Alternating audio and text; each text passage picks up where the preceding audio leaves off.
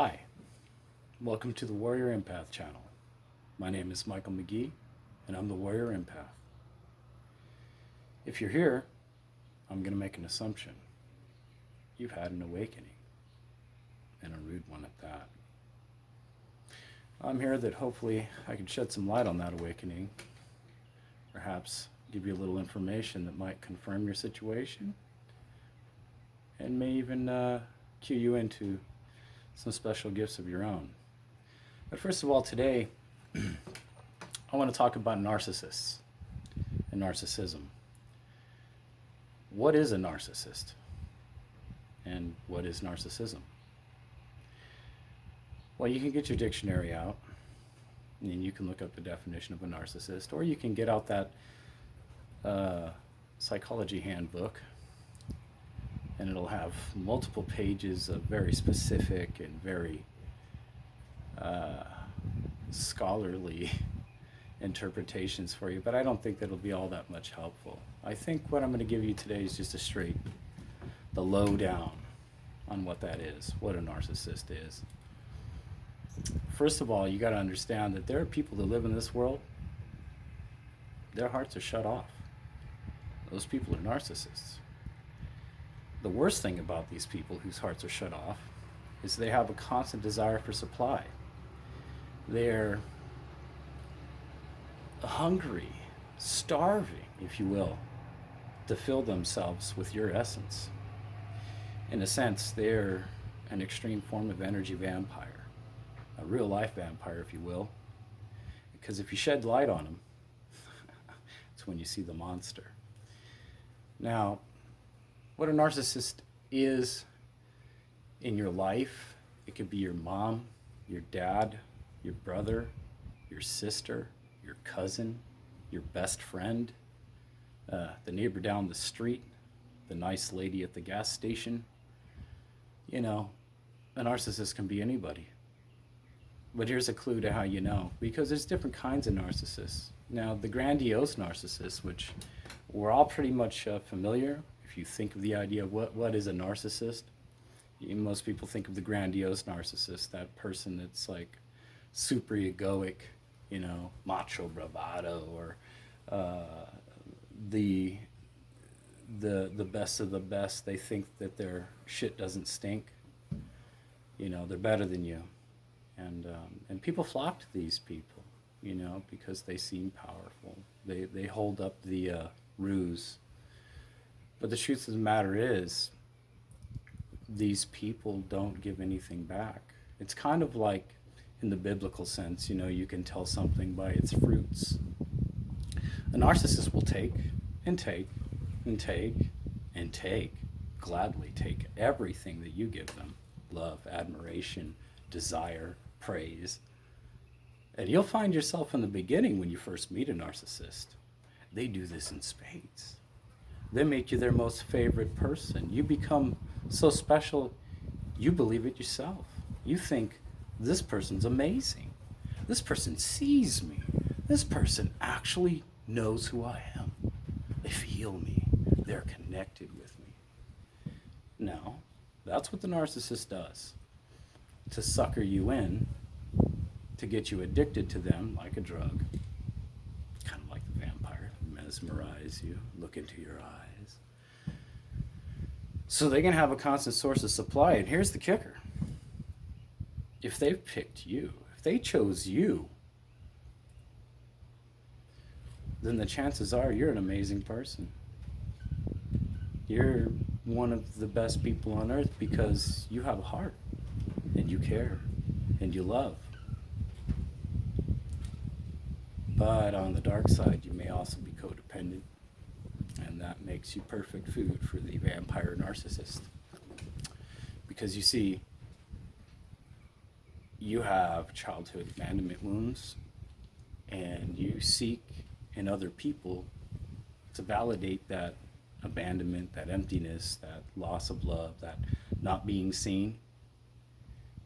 Unfortunately, as a codependent, you seek that in other people, and that is how the narcissist found you. Because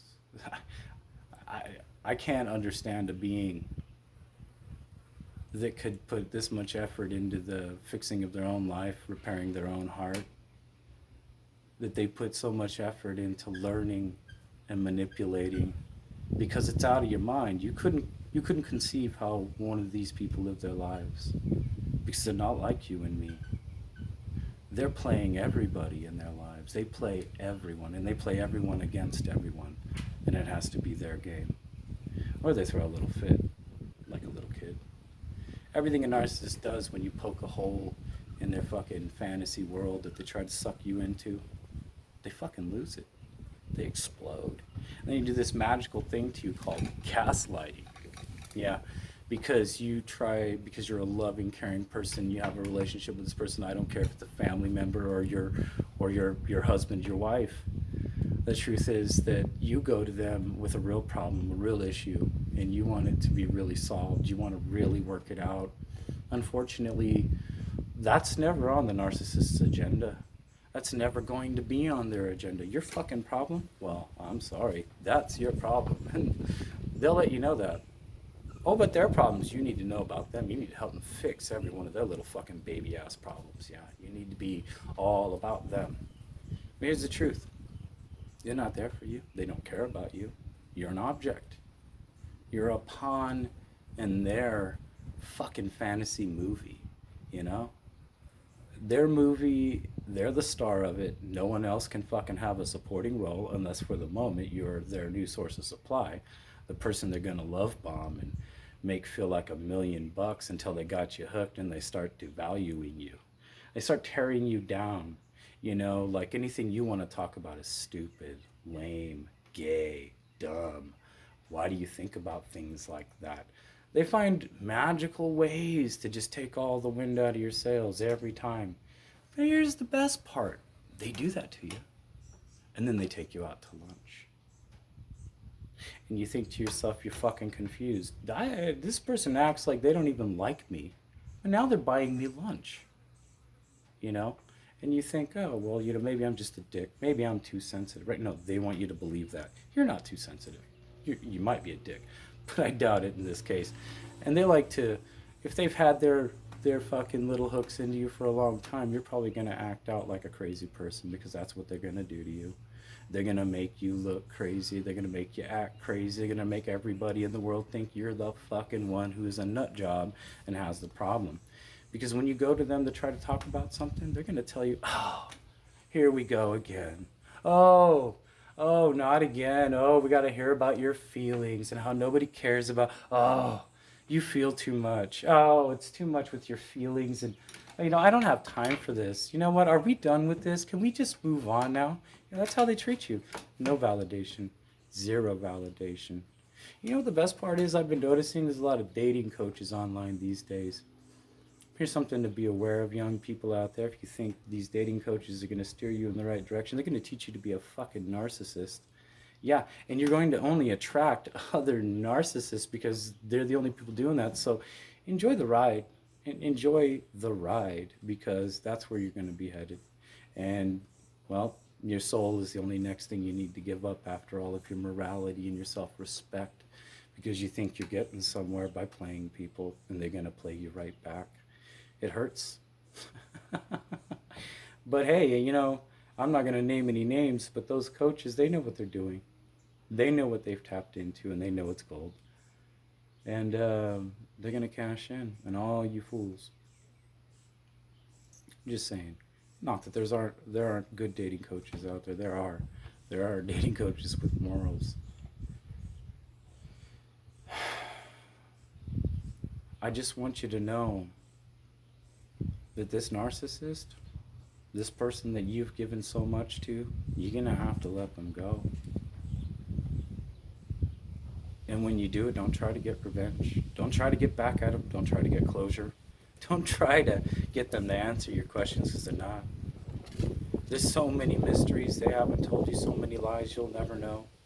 Because a narcissist lives their entire life in the dark. Everything is backhanded around the way, through the back door. And they blow smoke up your ass the whole time they do it.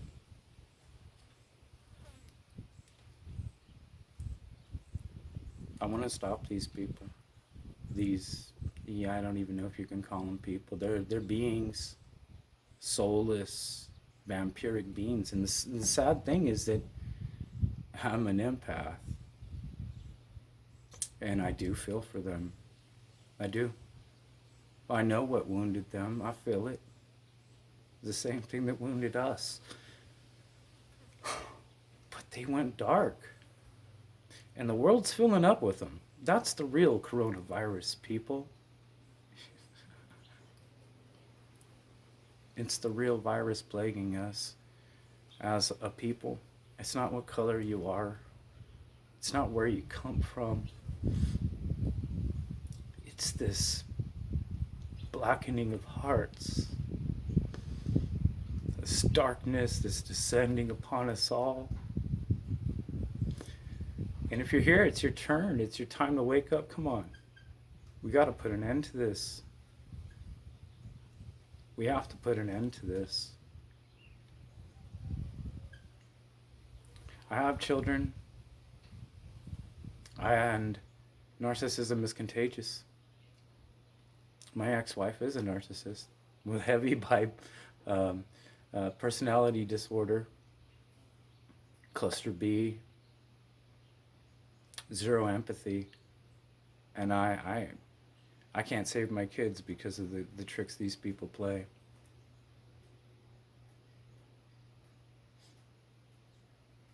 But you need to get away from them if you can. You need to sever, you need to separate, you need to go, because they will destroy you. They will make you become them. And they don't care. They don't care if you kill yourself for them. They don't care. They'll move on. It won't bother them. There's nothing you can do except for exist and be fucking awesome and walk the hell away from them, because that's what's going to hurt them. But you can't stand back and watch. You don't get to see the show. You just got to know it. You got to walk away, because if you stay with them, you stay by them, you stay near them, oh, they want revenge. Undying. They will want you to die. Because when you wound them, when you poke a hole in their little magic fucking circus, oh, their whole world's going to shit. They start fearing everything. They start attacking everything. Yeah, you want to see a 6 foot tall, buff ass dude go from fucking tough guy to fucking crying little 12-year-old pointing his finger at you, fucking calling you names and shit in front of people because he digressed into the small child that was wounded. Yeah, that's amazing stuff right there, let me tell you what. Especially when you learn to stand up for yourself, when that 6 foot tall fucking bastard's been threatening you all your life that he's gonna beat your little ass. And then you brought it to him that day and you stood in his face and he fucking cried. Yeah, stand up for yourselves. That's what's up, that's what time this is. You gotta get up, you gotta get up, you gotta get up, you gotta stand for yourself, stop being afraid. If you're here now, you're watching this, you're protected. You are protected. But you need to get away from them. And don't retaliate.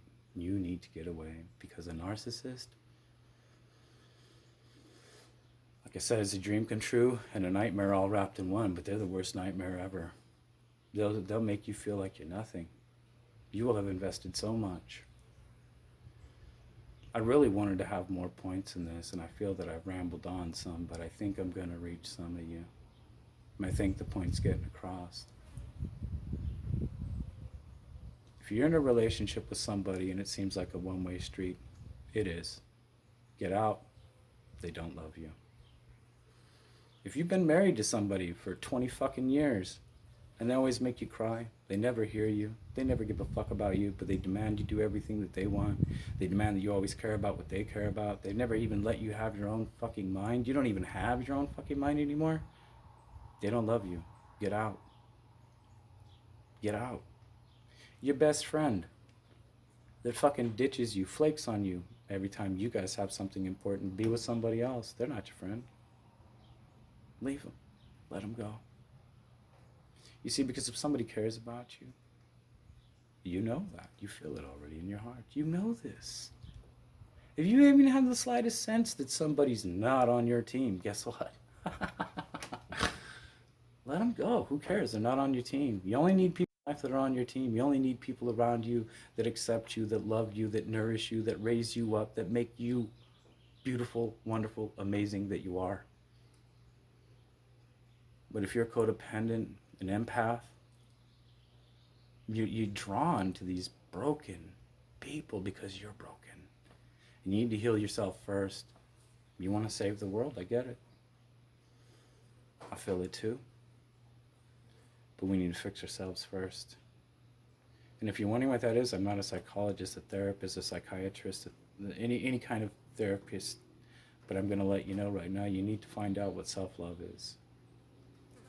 It's going to be a hard journey. You're going to shed a lot of tears and you're going to look at a lot of ugly, but you need to go through this. You need to go through this, because if you're here, I'm assuming that you found out you're with somebody who's been doing you wrong in a way you can't even wrap your mind around. And this is why, because you're broken, you're hurt, you got a wound, and it's bleeding. And the narcissist, like a bloodthirsty vampire, can smell that blood. Again, I'm not going to get into all the little tactics and tricks on how they do this, but I will. You got to heal yourself. And if you're here, this is your wake-up call. This is it. You're the one. You're your own Jesus. You need to find that love in you and give it to yourself. Once you start healing yourself and you start becoming who you really are, the world is going to open up to you. It will be beautiful again.